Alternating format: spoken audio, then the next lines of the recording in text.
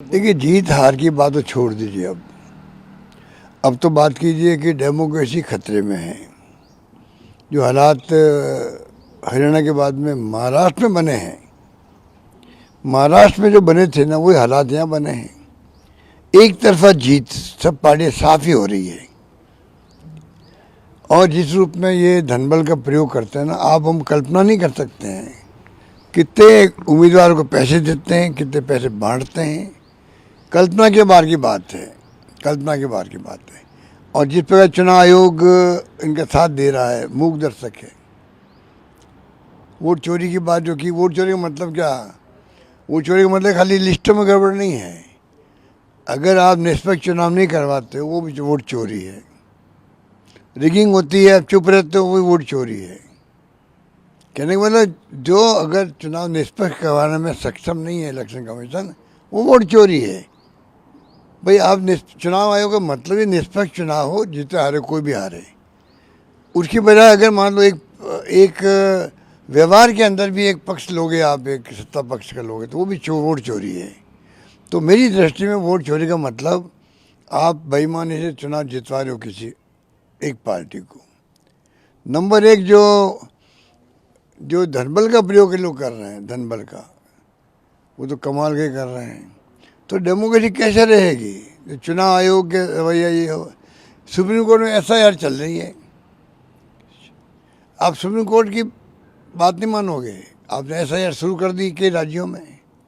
अरे, आप एफआईआर कोई बुरा नहीं है, निष्पक्ष बन जाए। वोटर लिस्ट जो है वो सही बनना आवश्यक है डेमोक्रेसी के लिए। आप यही कहते हो भाई हम उसके लिए कर रहे हैं, तो फिर क्यों नहीं आप जो है तमाम पॉलिटिकल पार्टी बुलाते, बात करते, सुझाव लेते, तो वो खुद आपको कोऑपरेट करते। विश्वास जमा रहता है इलेक्शन कमीशन पर। आपने विश्वास को तोड़ दिया, उसको शक पैदा कर दिया, संदेह पैदा कर दिया। अच्छी बात है क्या? अब 10,000 रुपये बटे वहाँ पर 1,35,00,000 महिलाओं को 10 करोड़ रुपये, 10,000 रुपये गए खाते में चुनाव चलते हुए। मुझे आश्चर्य हो रहा है, इलेक्शन कमीशन को हो क्या गया है? दिन दहाड़े डाका होने वाली बात हो रही है।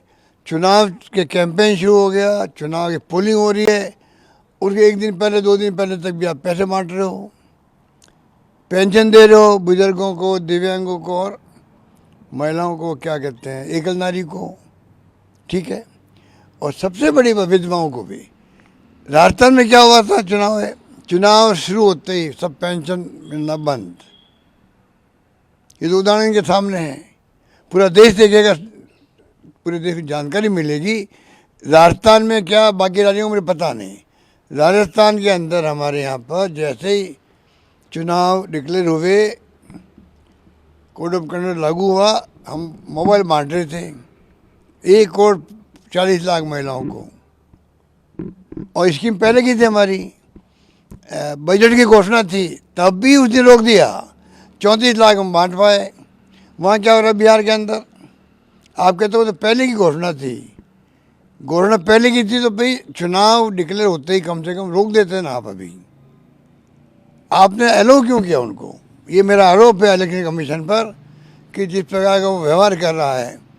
नेता पति पर कोई बात कहते हैं तो वो जिस प्रकार जवाब देते हैं, हमें तो शर्म आती है कि इस देश के अंदर इतना बड़ा मुल्क है जिसकी डेमोक्रेसी तारीफ पूरी वर्ल्ड में होती है, वहाँ का इलेक्शन कमीशन इस प्रकार व्यवहार कर रहा है। बहुत दुर्भाग्यपूर्ण है और कंडम करने लायक है।